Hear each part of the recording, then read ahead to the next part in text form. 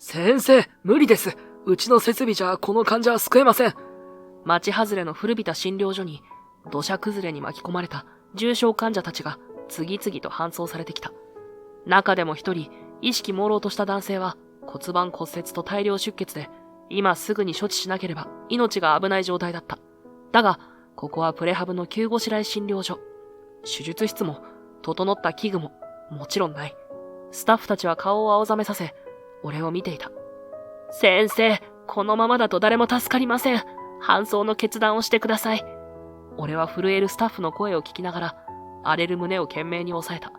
このまま手をこまねいていれば、目の前の命は確実に消える。それだけは絶対に許せなかった。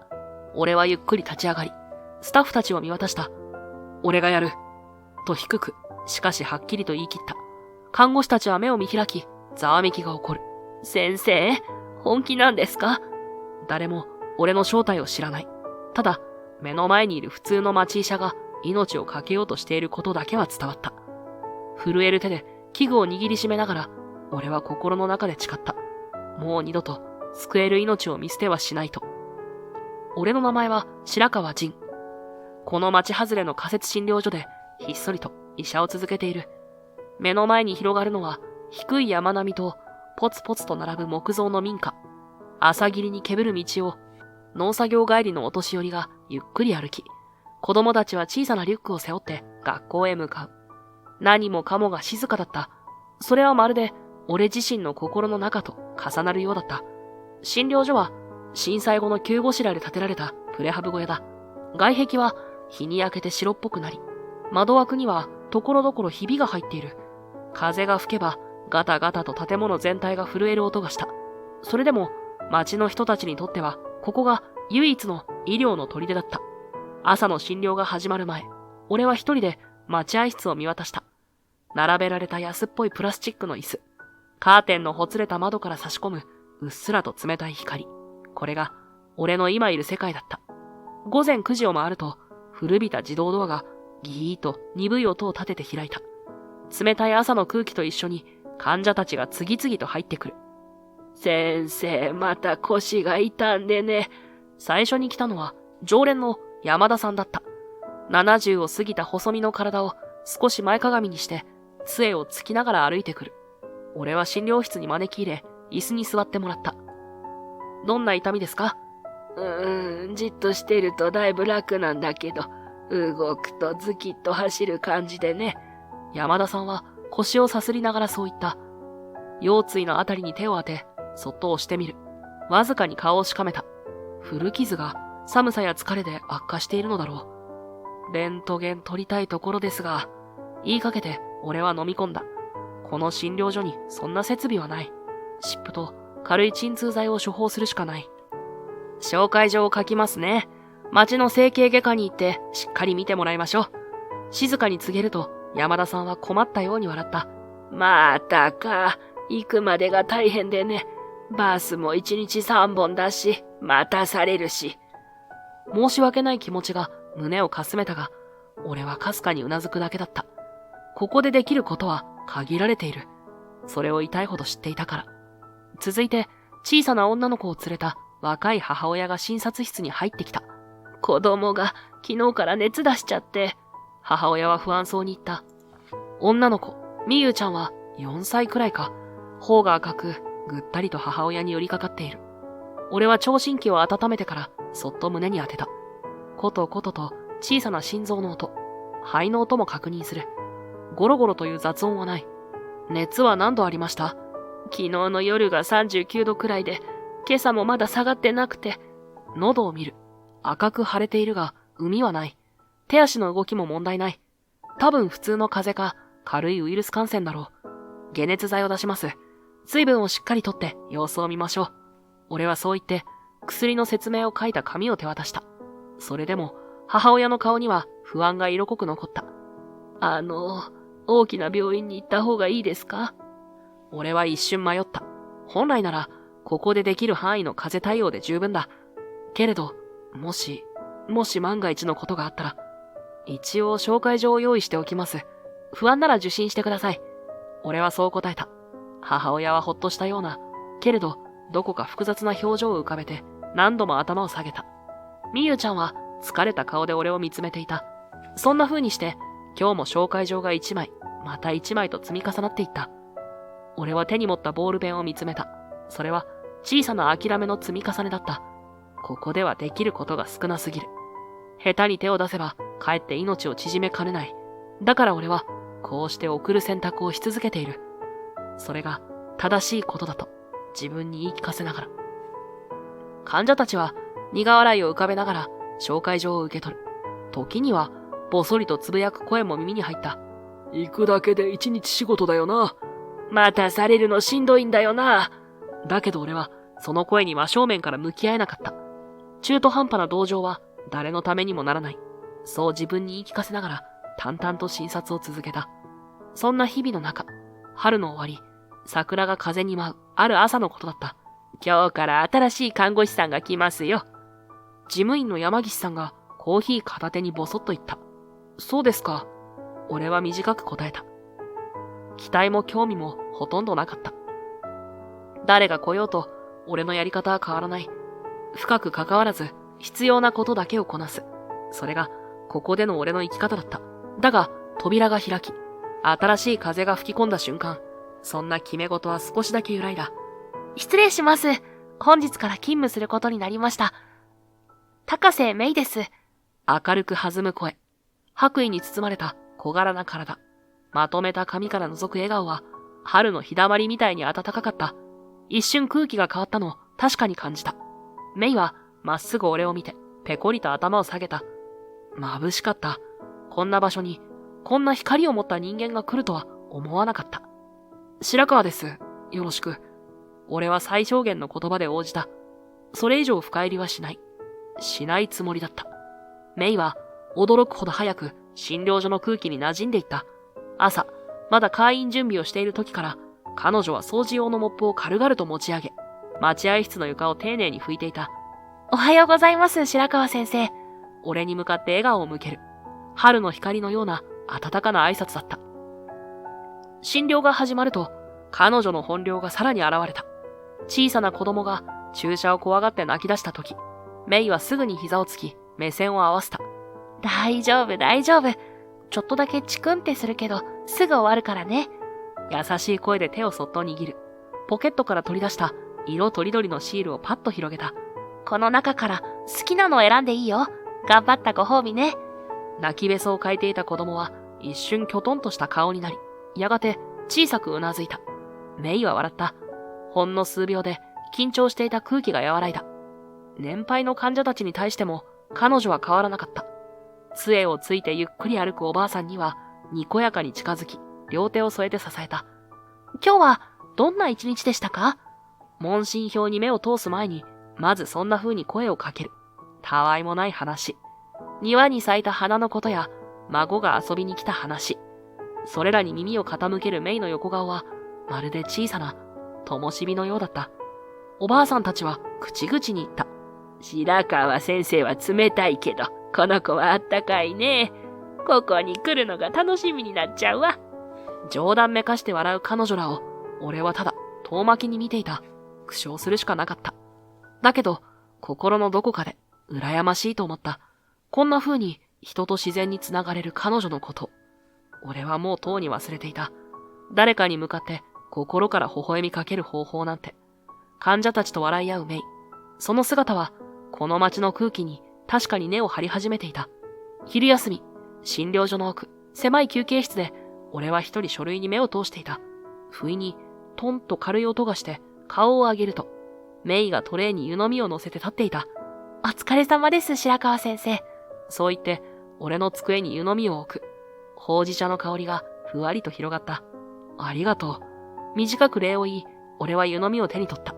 指先が、ほんの一瞬メイの指先に触れた。暖かかった。メイは、ためらうように、その場に立ったまま、俺を見ていた。何か言いたいことがあるらしい。しばらく迷った後、彼女は意を決したように、ぽつりと口を開いた。先生は、どうしてそんなにたくさん紹介状を書くんですか？ストレートな問いだった。それまで誰も、俺にそんな風に聞いてきた者はいなかった。俺は、少しだけ間を置いて答えた。ここでできることには限界がある。設備も人手も十分じゃない。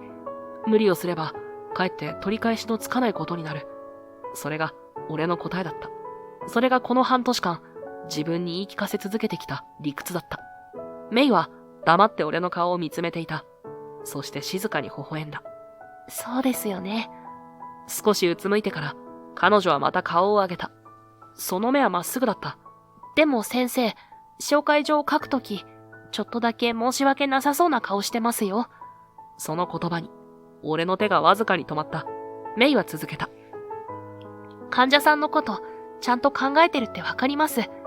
たとえ言葉には出さなくても、温かい言葉だった。優しいフォローだった。それなのに、胸の奥がひどく苦しかった。俺には、そんな風に信じてもらう資格なんてない。どうだか。自重気味につぶやき、俺は湯飲みを口に運んだ。ほうじ茶の香ばしさが妙に喉に引っかかった。メイはそれでもその場を離れなかった。何かを言いかけて迷っているような気配が伝わってくる。俺は少しだけ視線を上げた。高瀬さん、呼びかけるとメイはパッと顔を上げた。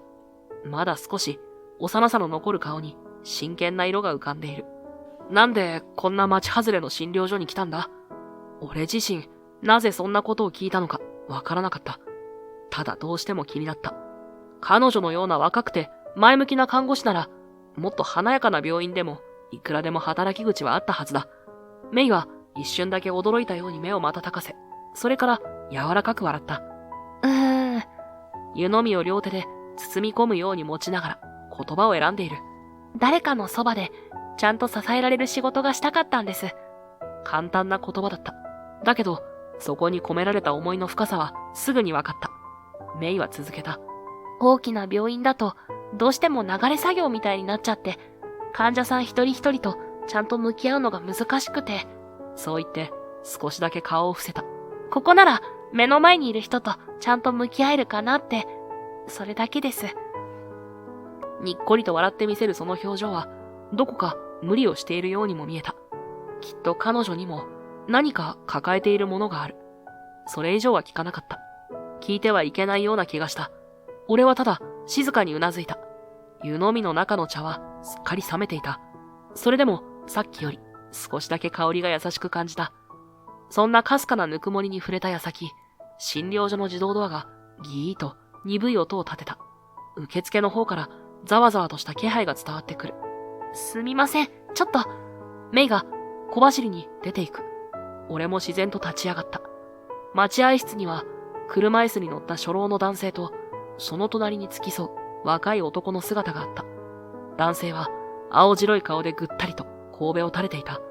呼吸も浅く、額には油汗が浮かんでいる。田島さんです。受付の山岸さんが耳打ちした。昔から心臓が悪くて、でもここ半年受診してなかったみたいで。俺はすぐに状況を把握した。診察室に運びましょう。メイと二人で車椅子を押し、診察室へ運び込む。田島清さん、67歳。過去に狭心症を患っており、通院歴あり。診察台に移した田島さんの胸に聴診器を当てた瞬間、異様な心音が耳に飛び込んできた。不整脈。しかも、かなり乱れている。血圧を測る。上が90を切っている。このまま放っておけば、確実に悪化する。俺はすぐに判断した。田島さん、ご家族の方にすぐに大きな病院へ行ってもらうよう伝えます。紹介状すぐ書きますから。俺の声に田島さんはかすかにうなずいた。隣で付き添っていた若い男、息子だろう。顔をこわばらせながらも懸命にうなずいた。俺は手早く紹介状を書き始めた。だが、背後でメイの声が聞こえた。先生、ちょっと待ってください。手を止め振り向く。メイは真剣な顔で俺を見ていた。さっきまでの柔らかな表情は消え、初めて見る強い光をその目に宿していた。ここでもう少しだけ手当てできませんか？酸素も点滴も最低限ならできます。メイさん、俺は低い声で答えた。この状態は早急に専門的な処置が必要だ。ここで時間を稼ぐより一刻も早く循環器の専門医につなげるべきだ。メイは食い下がった。でも、この時間なら町の病院に行くの大変ですよ。バスもないし、タクシーだってすぐには呼べない。もし車がないなら、田島さん、移動だけでも体力を消耗しちゃう。珍しく、メイの声に苛立ちが混じった。だったらなおさらだ。俺はきっぱりと言い切った。ここで様子を見るリスクより、適切な医療につなぐ方が絶対にいい。メイは小さく拳を握った。目の奥で何かを懸命にこらえている。待合室にいた患者たちが様子を伺うようにこちらを見ていた。空気が重く張り詰める。やりきれない緊張感の中、付き添っていた若い男がすっと立ち上がった。俺、車持ってます。震える声だった。だけど、しっかりとした意志がこもっていた。自分で父を連れて行きます。大丈夫です。ちゃんと運転して安全に送りますから。その言葉にメイはぎゅっと唇を噛みしめた。それでも何も言わなかった。俺は小さく息を吐いた。紹介状を渡します。道中、十分気をつけてください。男は何度も深々と頭を下げた。そして、田島さんは車椅子ごとをして診療所を後にした。残された診察室には静かな余韻だけが漂った。メイは下を向いたままぎゅっと手を握りしめていた。その小さな背中を見つめながら俺は思った。この子は誰よりも目の前の人を救おうとしている。それが痛いほど伝わってくるからこそ、なおさら胸が苦しかった。俺たちのやり方はあまりにも違いすぎる。でも、目指しているものは同じかもしれない。そんな考えが静かに心の底に沈んでいった。診療所に重たい沈黙が落ちていた。田島さんが搬送された後も診療はいつも通り続いていたはずだった。はずだったのに、どこか空気が違っていた。スタッフたちもどこかぎこちない。誰もが言葉を選びながら動いている感じがした。そして何より、メイとの間に流れる微妙な距離。すれ違うたびに俺たちはお互い視線をそらした。言葉を交わすのも必要最低限。診察室にこもってカルテを書いているとき、ふと、隣の処置室から聞こえてくるメイの声がいつもより小さく感じた。あの時、メイは田島さんを一生懸命支えようとしていた。それを俺が押し切った。それが間違いだったとは思わない。医者としてあの判断は正しかった。だけど、あの時のメイの顔を思い出すと、胸の奥に小さなトゲが刺さったままだった。診療が終わったのは夜の8時を過ぎた頃だった。片付けをしていたメイが何気なく俺のそばを通りかかった。ふとした拍子に俺とメイの視線が不意にぶつかった。お互いにすぐ目をそらした。気まずい。こんなにも息苦しい空気があるのかと思った。このまま何も言わずに終わらせるべきか、それとも何か言うべきか。俺は一度ため息を飲み込んだ。普段の俺なら間違いなく黙って帰っていただろう。だが今日は違った。メイのあの目が一生懸命訴えかけるような真剣な目がまだ心に引っかかっていた。高瀬さん。自分でも驚くくらい低い声で俺は呼び止めた。メイはピタリと足を止め振り向いた。はい。少しだけ警戒するようなそんな顔だった。俺はためらいながら言った。このままじゃやりづらいだろう。どこか少し話せる場所に行かないか。一瞬メイの目が驚きに見開かれた。そしてすぐに柔らかく笑った。はい、行きましょう。街の中心に古びた喫茶店が一軒だけあった。カフェ山猫という名前の年季の入った店。診療所から歩いて15分。夜風に吹かれながら俺たちは無言でそこまで歩いた。誰も何も話さなかった。けれど不思議とそれが苦じゃなかった。喫茶店のドアを押すとかすかに鈴が鳴った。店内には数組の客がいるだけ。古い木のテーブルとアンティークのランプ。流れているのはどこか懐かしいジャズだった。角の席に座るとマスターが水を運んできた。注文決まったら呼んでくださいね。静かな声だった。俺たちはメニューを手に取り、なんとなく顔を見合わせた。メイは小さな声で言った。ホットミルクティーにしようかな。俺は適当にブレンドコーヒーを頼むことにした。オーダーを済ませると、しばらく気まずい沈黙が続いた。互いに言葉を探している。やがて、メイが先に口を開いた。先生、さっきはすみませんでした。小さな声だった。だけど、その中にきちんとした誠実さがあった。俺は首を振った。謝る必要はない。俺も言い過ぎた。本当にそう思った。あの時のメイの一生懸命さを頭ごなしに否定するべきじゃなかった。メイは湯飲みを指でくるくる回しながらぽつりと言った。私、まだ全然ダメですね。目の前の患者さんのことでいっぱいいっぱいになっちゃう。その横顔は少しだけ寂しそうだった。俺はコーヒーを一口飲んだ。苦味が舌に広がった。それでいいんだと思う。メイがはっと俺を見た。俺はカップを置き、続けた。俺みたいに最初から引き算で動くより、お前みたいに一生懸命もがきながら向き合う方がずっといい。自分でも驚いた。こんなこと俺の口から出るなんて思わなかった。メイは少しだけ目を潤ませた。そして小さく笑った。あの日、診療所で初めて見た、あの温かい笑顔だった。ホットミルクティーの香りがふわりと立ち上がる。メイは両手でカップを包み込みながら何かを迷っているようだった。やがて意を決したようにゆっくりと口を開いた。先生はどうしてそんなに早めに大きな病院へって強く言うんですか？声は小さかった。だけど、はっきりと俺に向けられていた。俺は少しだけ目を伏せた。この質問が来ることは分かっていた。いつか誰かに聞かれるだろうと思っていた。だけど、それがメイだとは思っていなかった。コーヒーを一口、口に含んだ。苦味が舌を刺した。そして、ゆっくりと答えた。俺は、かつて助けられなかった患者がいる。メイが驚いたように目を見開いた。俺は続けた。その時、ほんのわずかな判断ミスだった。でも、たったそれだけで、命の灯火は消えた。言葉を選びながら、ギリギリのところで話す。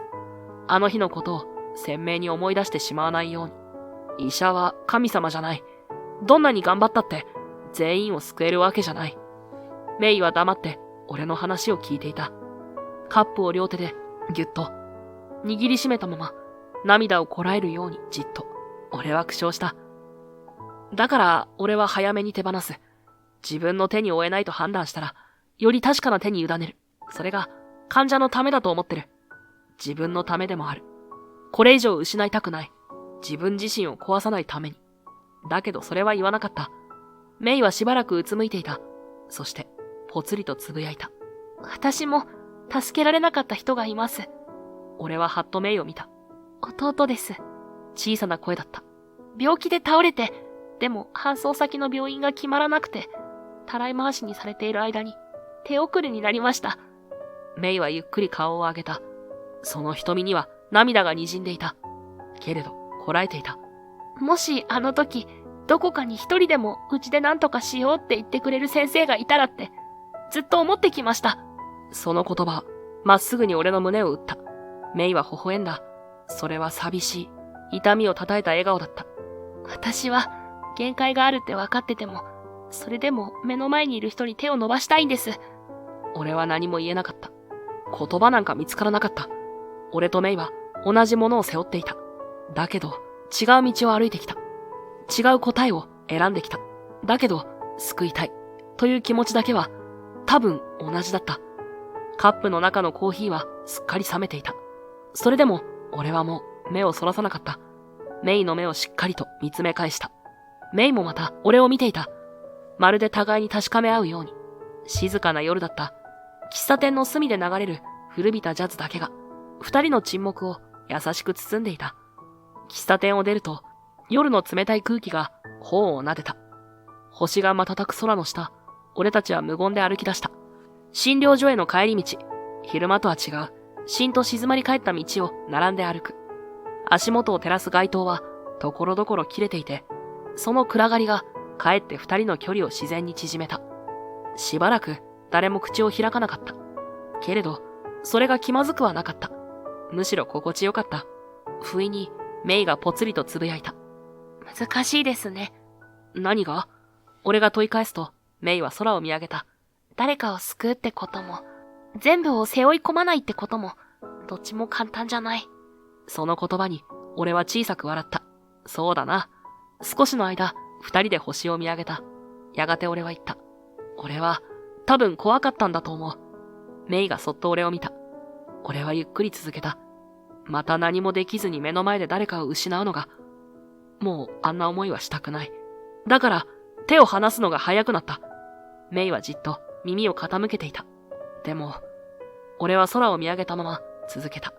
それでも、目の前の人が手を伸ばしてきたら、今度はもう少し、ちゃんと向き合いたいと思う。メイは静かに微笑んだ。夜の光に、ほんの少しだけ、潤んだ瞳がきらめいていた。私も、一人で無理をしないようにします。小さな声だった。けれど、それは確かな決意だった。全部、自分だけで抱え込まない。できることとできないことを、先生にもみんなにもちゃんと伝える。俺は思わず小さく笑った。ちゃんと、大人だな。先生も、ちゃんと人間味出てきましたよ。メイがいたずらっぽく笑った。その笑顔を見て、胸の奥が温かくなった。互いに全部分かり合えたわけじゃない。これからもきっと意見がぶつかることはあるだろう。迷ったり間違えたり、きっとたくさんするだろう。だけどそれでも。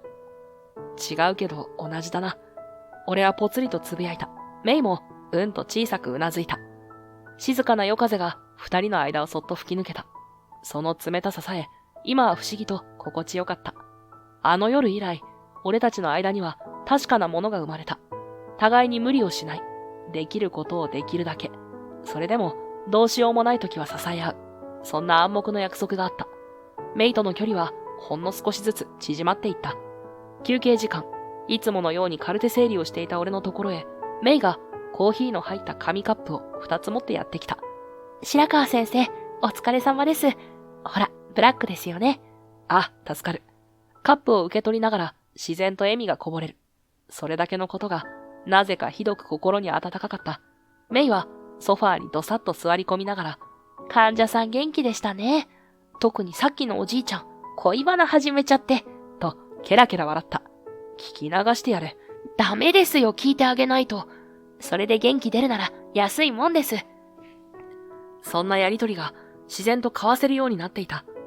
俺はこんな風に誰かと冗談を言い合う感覚を何年も忘れていたことに気づいた。メイがいると診療所の空気が少しだけ柔らかくなる。それは患者たちにも確かに伝わっていた。待合室には穏やかな笑い声が増えた。誰かが咳込めばすぐに誰かが手を貸す。そんな小さな優しさが診療所の中にじわじわと広がっていった。俺自身も少しずつ変わっていった。以前ならすぐに紹介状を書いて、ここでは無理だと突き放していた患者たちにもう少しだけ向き合おうと思えるようになっていた。ある日の午前、腰を痛めたという中年男性、田中さんがやってきた。先生、やっぱり大きな病院行った方がいいですかね。不安そうな顔を見て、俺は少し考えた。痛みの場所を確かめ、可動域をチェックし、腫れや熱感がないかを丁寧に見る。以前なら機械的に診察して、はい紹介状で終わっていただろう。でも今は違った。軽い捻挫ですね。ここで湿布と安静指導で様子を見ましょう。悪化するようなら、その時改めて専門医に相談しましょうか。そう言うと、田中さんはふっと顔を明るくした。よかった。町まで行くの大変だから。笑顔になったその顔を見た時、胸の奥に小さな火が灯った気がした。ああ、そうだ。人は診断書じゃない。紹介状でもない。目の前にいるのは一人の人間なんだ。そんな当たり前のこと、俺はようやく思い出し始めていた。診察が終わった後、メイがニコニコしながら声をかけてきた。先生今日、優しかったですね。元から優しい。自覚なかったんですか？ふざけるようなメイの声に思わず苦笑が漏れた。そんな何気ない瞬間が、今はとても愛おしかった。俺は少しずつ、本当に少しずつだが、患者たちと向き合うようになった。患者の不安に耳を傾ける。その一つ一つが、俺にとっては大きな挑戦だった。そして、俺の診療を受けた患者たちが、ありがとうと笑顔を見せるたびに、胸の奥にじんわりと温かいものが広がった。メイが、その変化を誰よりも喜んでくれた。彼女の笑顔を見るたびに、この道を選んでよかったと思った。そんな、穏やかな日々が続くかに思えた。だが、運命は、容赦なく襲いかかってきた。その日、朝から空は重く曇っていた。湿った風が山の匂いを運んできていた。午後になって、突然の激しい雨が街を叩きつけた。雷鳴が轟き、空が裂ける。先生、裏山の方で土砂崩れが。慌てた町の消防団員が診療所に飛び込んできた。何人も巻き込まれてるって、こっちに運ばれてくるかも。診療所には、けたたましいサイレンとともに、泥まみれの人たちが次々と運び込まれてきた。泣き叫ぶ声。一生懸命に名前を呼ぶ声。ざわざわとした焦りと恐怖が診療所の中を満たしていた。俺は心を無にして動いた。一つずつ、目の前の命に向き合う。頭ではそう言い聞かせながらも、手のひらはうっすらと汗ばんでいた。こっち、骨折あり、意識あり。こっちは呼吸が荒い。メイたちスタッフが声を飛ばす。俺は指示を出しながら、重症度を見極め、治療の優先順位をつけていった。急いで手当てが必要な人から順番に。ためらっている時間は命取りになる。そんな中、ふと、診療所の隅で一人、泥だらけで泣きじゃくる小さな男の子。その姿を最初に見つけたのはメイだった。タク。メイがかすれた声でつぶやいた。その声に俺は思わず顔を向けた。メイの表情が真っ青になっていた。手が震え、足が地面に縫い付けられたみたいに動かない。たっくん。メイがもう一度か細い声で呼んだ。弟の名前。かつて彼女が失った存在。今、目の前にいるこの男の子に弟の面影を重ねてしまったのだろう。メイは一歩も動けなかった。その場に立ち尽くし、ただ震えていた。周囲の喧騒が遠のいて聞こえる。時間が止まったみたいだった。俺は迷わなかった。メイ！鋭く、強く、彼女の名前を呼んだ。しっかりしろ。今ここにいるのはタックンじゃない。メイははっと俺を見た。涙で濡れた瞳。揺れる肩。俺はさらに続けた。この子は今生きてる。助けを求めてるんだ。過去じゃない。今を見ろ。メイの瞳にゆっくりと焦点が戻ってきた。彼女はぐっと奥歯を噛み締めた。そして震える手で男の子にそっと手を伸ばした。ごめんね。大丈夫だからね。声をかけながら泥だらけのタックンを優しく抱きしめた。その手は確かに震えていた。だけど、決して離さなかった。弟の痛みを背負ったまま、それでも今ここにいる小さな命にちゃんと向き合おうとしていた。俺はそっとメイの背中に手を添えた。一緒にやろう。たった一言。だけど、すべてを込めた。メイはコクンと小さくうなずいた。涙を拭いもせず、それでも微笑んだ。あの日、誰にも救えなかった弟。その悲しみはきっと消えることはない。でも、今ここで、誰かの命に手を伸ばすことはできる。それが、過去と向き合い、前を向くということ、なのだと、俺たちは初めて、心の底から知った気がした。診療所の中は、未だに混乱していた。それでも、確実に、あの時よりも、俺たちは強くなっていた。先生、重症患者来ました。メイの声に振り向く。運ばれてきたのは、あの日俺が、ここでできるだけ見てみようと言った。腰を痛めた中年男性、田中さんだった。田中さんは、土砂崩れに巻き込まれ、顔面蒼白、呼吸も浅い。スタッフたちが一瞬動きを止めた。骨折に加えて、出血性ショックの疑いあり。メイがすぐに叫ぶ。どうする先生、無理ですよ。設備もないし。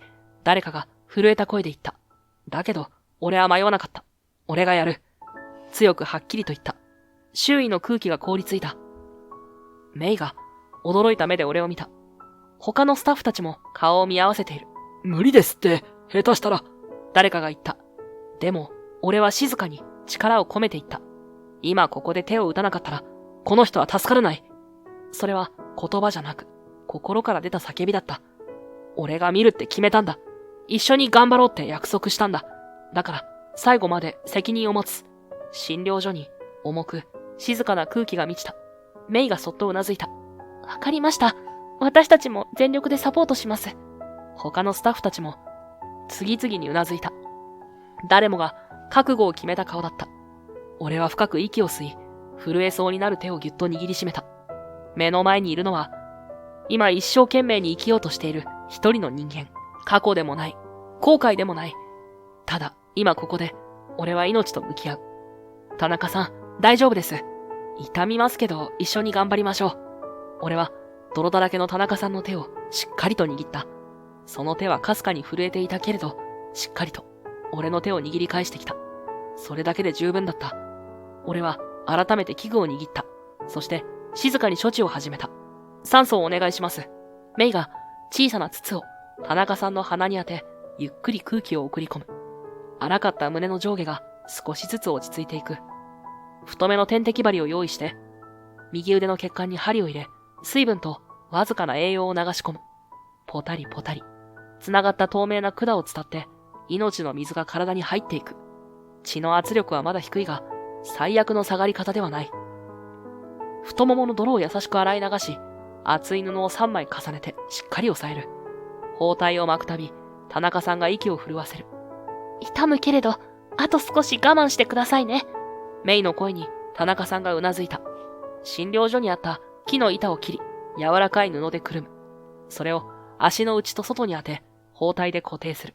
ぐらつきが止まり、足先の色が戻るのを確認。血は通っています。メイが安心した声を上げた。腕に巻いた測定器が示す数字は少しずつ上向いていた。顎の脈を指で触れると、最初は頼りなかった波が次第に力強さを取り戻す。田中さんの目にぼんやりと光が宿る。先生、まだ大丈夫でしょうか？ええ、持ちこたえていますよ。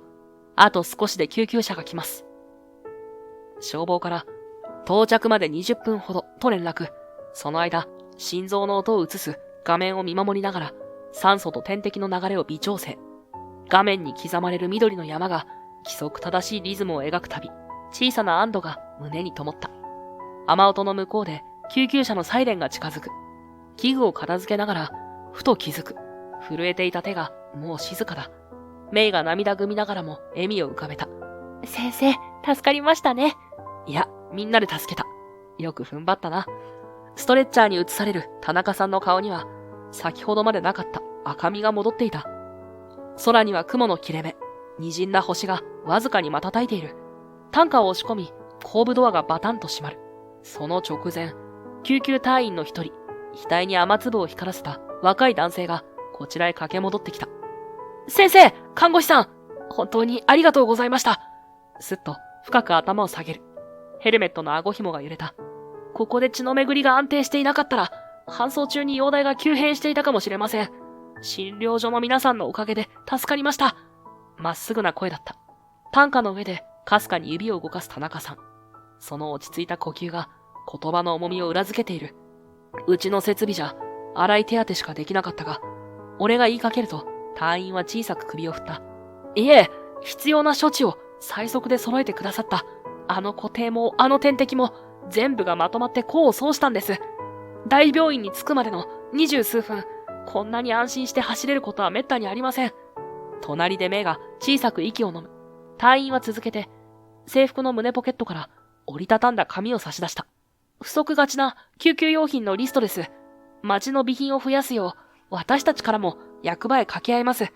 先生方の負担が少しでも減るように、紙を受け取りながら胸に熱いものがこみ上がった。思わずメイと目が合う。彼女の方にも雨とは違う、キラリとした雫があった。ありがとう。本当に助かります。俺が深く頭を下げると、隊員は大きくうなずき、再び救急車へ駆け戻った。赤い回転灯がゆっくり回り、赤い微灯が雨のしぶきを映す。エンジンがうなり、車が闇へ溶けていく。その間際、後部窓から隊員がまっすぐ手を振ってくれた。静けさが戻る。診療所の薄い屋根を打つ雨は、もうほとんど音を立てていなかった。メイが小さな声でつぶやく。救えましたね。あ、みんなでな。夜風が通り抜け、濡れた地面から土と草の匂いがふわりと立つ。雲の切れ間に星が覗き、さっきよりもくっきりと瞬いていた。俺たちは並んで診療所の明かりへ歩き出す。頼りない蛍光灯がプレハブの窓からこぼれ、雨粒を淡く照らした。先生、メイが足を止め振り返る。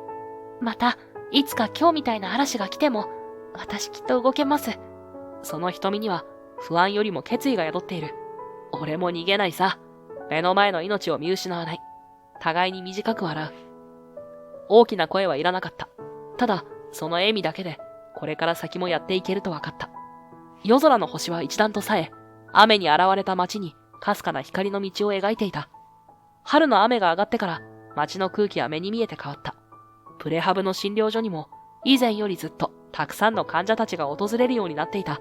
先生、最近この町の診療所、すごく評判いいですよ。そんな声をかけてくれる人まで現れた。何より、患者たちが笑顔で帰っていく姿を見るたびに、胸の奥にじんわりと温かいものが広がった。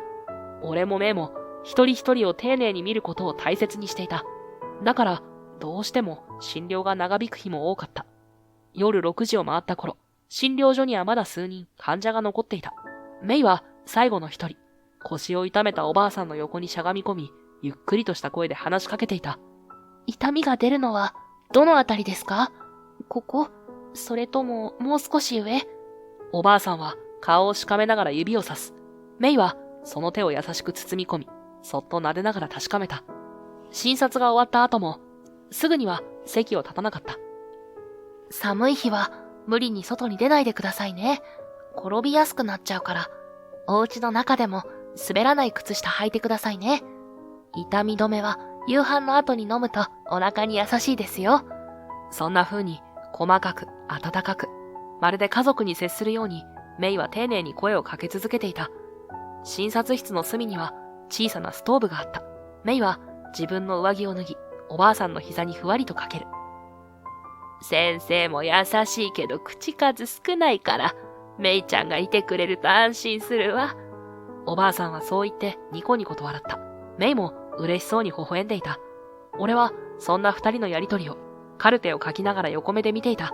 気づくとペンを持つ手が止まっていた。誰かを安心させるってこういうことなんだな。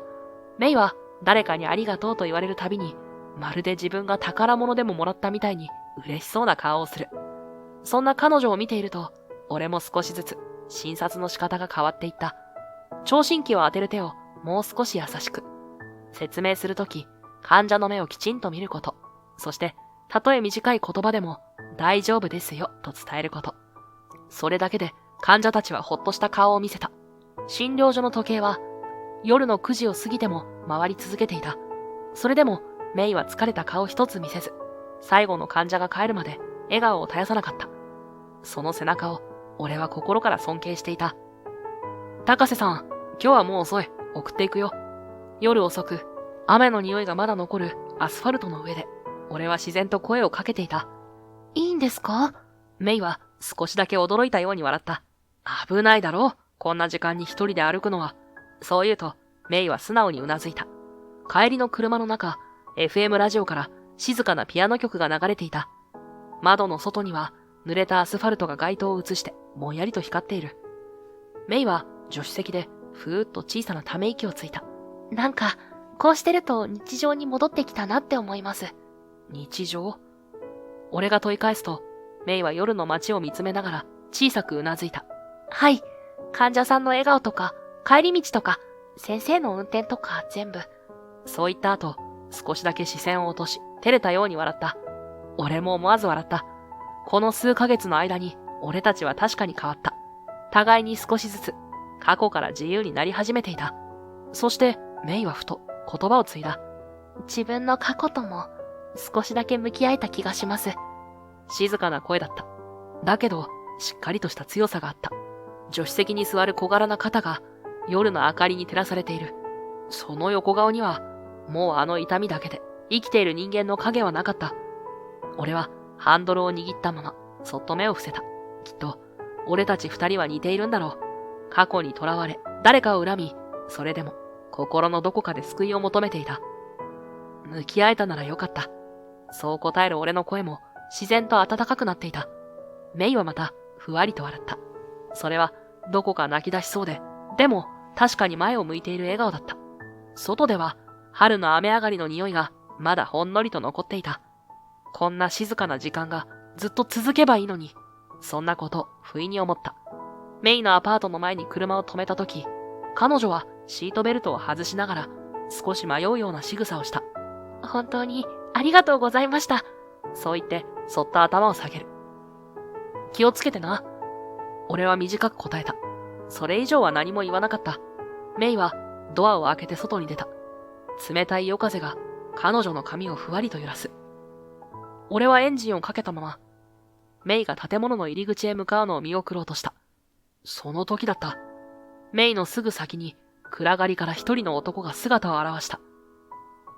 高瀬さん。低い声。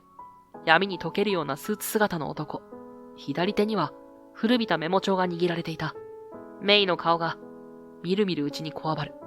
全身がピタリと固まった。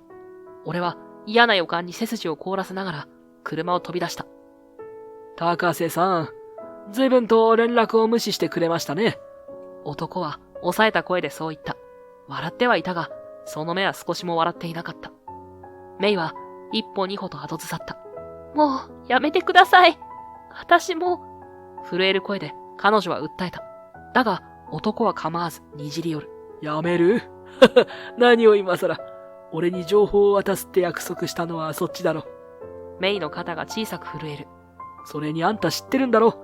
白川仁、かつてたらい回しにされた患者を見捨てた医者だってこと。俺はまるで殴られたような衝撃を受けた。目の前で交わされる言葉が頭にこびりつく。たらい回し、見捨てた医者、そしてメイの震える肩。逃げるでもなく、否定するでもなく、ただ黙って立ち尽くしている姿。すべてが答えだった。俺は知らなかった。知らなかったのだ。メイが最初から俺を追っていたこと。だけど今、彼女の目には明らかな苦しみと後悔があった。もう、そんなことどうでもいいんです。メイが絞り出すように言った。私、先生と一緒に働いて、先生がどれだけ苦しんでるか知ってしまったから。もう復讐なんてしたくないんです。その声には嘘がなかった。男は冷たく笑った。甘いな、甘すぎる。そんなことで弟が帰ってくるのか。メイの表情が痛みに歪む。俺はたまらず前に出た。やめろ。静かに。だが確かに言った。男は俺を一別し、鼻で笑った。いいのか？あんたが過去にしたこと、世間に暴かれても。俺は男をまっすぐに見返した。それが、俺の過去なら、俺が背負う。俺の声は震えていなかった。メイが驚いたように俺を見た。でもな、俺はゆっくりと続けた。今の俺は、目の前の患者を見捨てない医者だ。それは胸を張って言えた。田中さんを救った夜、メイと、そしてスタッフたちと積み上げた日々。それが何よりの証だった。男はしばらく俺を睨みつけた後、ふんと鼻を鳴らした。まあいい。また来ますよ。あんたには医療の闇を洗いざらい話してもらわないとね。吐き捨てるように言い残して、男は夜の闇へと消えていった。残された静寂。メイはまだその場に立ち尽くしていた。俺はそっと近づき、彼女の肩に手を置いた。大丈夫か？メイはこくりとうなずいた。ごめんなさい。小さな声だった。最初は先生の弱みを探すつもりでここに来たんです。震える声でポツポツと話すメイ。俺は黙ってただ待った。彼女自身の言葉で全てを聞きたいと思ったからだ。メイは少し顔を伏せて続けた。ある日、駅前のカフェで一人で座っていた時でした。指先がぎゅっとコートの裾を握りしめる。声をかけてきたんです。あの人、さっきのジャーナリストが。メイの声はかすかに震えていた。偶然を装って、最初は普通の話をしてきました。この街で働いてるのとか、看護師さんなんだねとか。メイは当時を思い出しているのだろう。苦しそうに眉を寄せた。それから少しずつ話題を変えていきました。白川仁って医者を知ってるかって。そこでメイは一呼吸置いた。白川仁はお前の弟をたらい回しにした張本人って彼は言いました。俺は何も言わずに聞き続けた。胸の奥がヒリヒリと焼けるように痛んでいた。弟を亡くして誰にも怒りをぶつけられなくて、そんな時にあの人に言われたんです。君の痛みを無駄にしないために真実を暴こう。白川仁を追い詰めるチャンスだ。と、メイの肩が小さく震えた。私はその言葉にすがってしまいました。かすれた声だった。本当は誰かを責めたかった。弟を救えなかった現実を誰かのせいにしたかった。だからあの人に言われるままにここに来ました。メイは顔を上げた。その瞳にははっきりとした痛みと後悔が滲んでいた。最初は先生の診療所で何か失敗を探そうとしていました。紹介状ばかり出しているのを見て、やっぱり無責任な医者だって自分に言い聞かせました。だが、でも違いました。メイの声が震える。先生は本当は誰よりも患者さんのことを考えていた。悩みながら苦しみながら、それでも向き合っていた。ぽたりと夜露のような涙がメイの方を伝った。先生がどれだけ一人で苦しみながら患者さんと向き合っているか、それを見てしまったらそんなことできなくなりました。俺は何も言わなかった。ただ、静かに聞いていた。私は弱いです。あの日、たっくんを救えなかった。その痛みから逃げるために誰かを責めたかっただけなんです。メイは顔を上げた。夜の街灯に照らされて、涙に濡れたその瞳は、どこまでもまっすぐだった。でも先生に出会って、私は救われました。自分で自分を許せるようになりました。その言葉に胸が締め付けられた。メイは小さく笑った。だから、もう復讐なんてしません。そう言い切ったその笑顔は、どこまでも澄んでいて、美しかった。俺はそっと、メイの肩を抱いた。ありがとう。それだけだった。メイは、俺に身を預けるように静かに目を閉じた。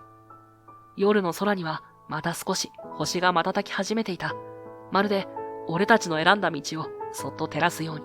けれど、それで全てが終わったわけではなかった。翌日から診療所に奇妙な違和感が漂い始めた。無言電話。診療所の対応が悪いという匿名の苦情。窓ガラスに小石が投げつけられ、ひびが入ったこともあった。メイは表向きは平静を装っていたが、時折書類を持つ手がかすかに震えているのを俺は見逃さなかった。あの男、ジャーナリスト、情報を引き出せなかった苛立ちから無差別に嫌がらせを始めたのだろう。俺は決意した。もう逃げない。診療が終わった夜、俺はメイに告げた。高瀬さん、あの男に会いに行こう。メイは驚いたように俺を見た。けれど、すぐにうなずいた。はい。私ももう逃げたくないです。その目はまっすぐだった。約束の場所は、駅前の古びた喫茶店だった。テーブル越しに座るジャーナリストは、武将髭を撫でながら、俺たちを見つめた。来たか。低い声だった。だが、以前のような挑発的な雰囲気はなかった。俺はまっすぐに言った。話をしよう。俺の過去のことを。静かに、けれど確かな声で。ジャーナリストは目を細めてうなずいた。俺は一つ一つ言葉を選びながら話し始めた。あの大学病院で俺は数えきれないほどの難しいオペを任されていたこと。ありがたいことに指名してくれる患者もいたこと。だが手術の順番は全て上が決めていたこと。権力者や VIP が優先され、どれほど緊急性が高くても一般の患者は後回しにされた現実。メイの弟、タックンも本来なら俺が執刀する予定だったこと。でもその日、上層部から重要人物の手術を優先しろという指示が下りた。俺には逆らう力がなかった。タックンは救えなかった。言い訳だと分かっています。俺は拳を握りしめながら続けた。俺は結局上に従った。本当に救わなければならなかった命を見捨てたんです。言葉にするたび胸が張り裂けそうだった。でも全て話した。それが俺の罪です。その痛みから逃げるように俺は病院を辞め、この町外れに流れ着きました。もう誰かを失いたくなかったから。メイは静かに隣で聞いてくれていた。何も責めず、ただ受け止めるように。ジャーナリストはしばらく黙っていた。やがて低く、かすれるような声で言った。俺もな、最初はお前を悪者にするつもりだった。ジャーナリストは深くため息をついた。だが今の話を聞いて分かった。お前もまた、あのシステムの犠牲者だったんだ。目の奥に、かすかな悲しみが滲んでいた。医療の現場にある理不尽な力関係、命の優先順位を金と地位で決める現実。それを暴かなきゃいけない。俺たちはそういうところに命をかけてる。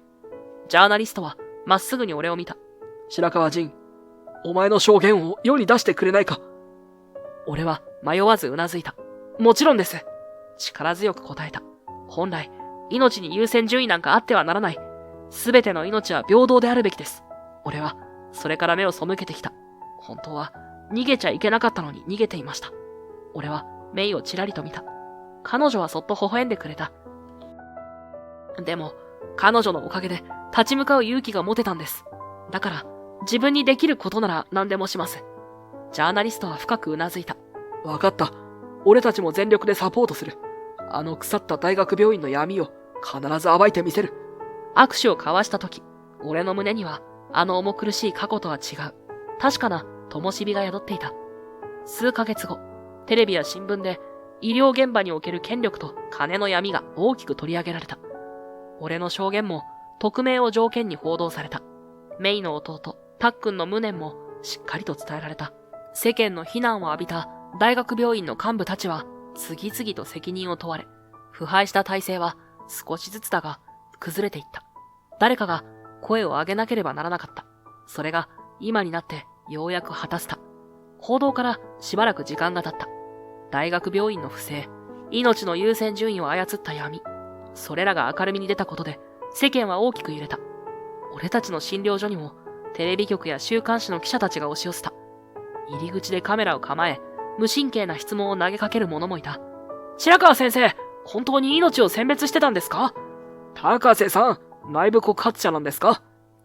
昼夜を問わず、無遠慮な電話が鳴り続け、待合室の空気までどこかピリピリと張り詰めた。正直辛かった。診療に集中できない日もあった。けれど、俺たちは一人じゃなかった。村の人たちが俺たちを守ってくれたのだ。診療所の前に立って、ここは俺たちの先生だから、勝手に入るなと、記者たちを追い返してくれる人がいた。先生、負けるなよ。また見てもらわなきゃ困るんだからさ。と、農作業帰りのおじさんたちが診療所の窓を叩き、励ましてくれた。メイも診療所の隅でそっと涙ぐんでいた。みんな、優しいですね。って。人の噂は意外なほど早く風化していった。次第に記者たちも去り、電話の数も減り、またいつもの静かな朝が戻ってきた。木造の家並みに朝の光が降り注ぎ、小さなリュックを背負った子供たちが笑いながら通り過ぎていく。そんなある日の午後遅く、診療が一段落した休憩室で、メイがそっと俺に声をかけた。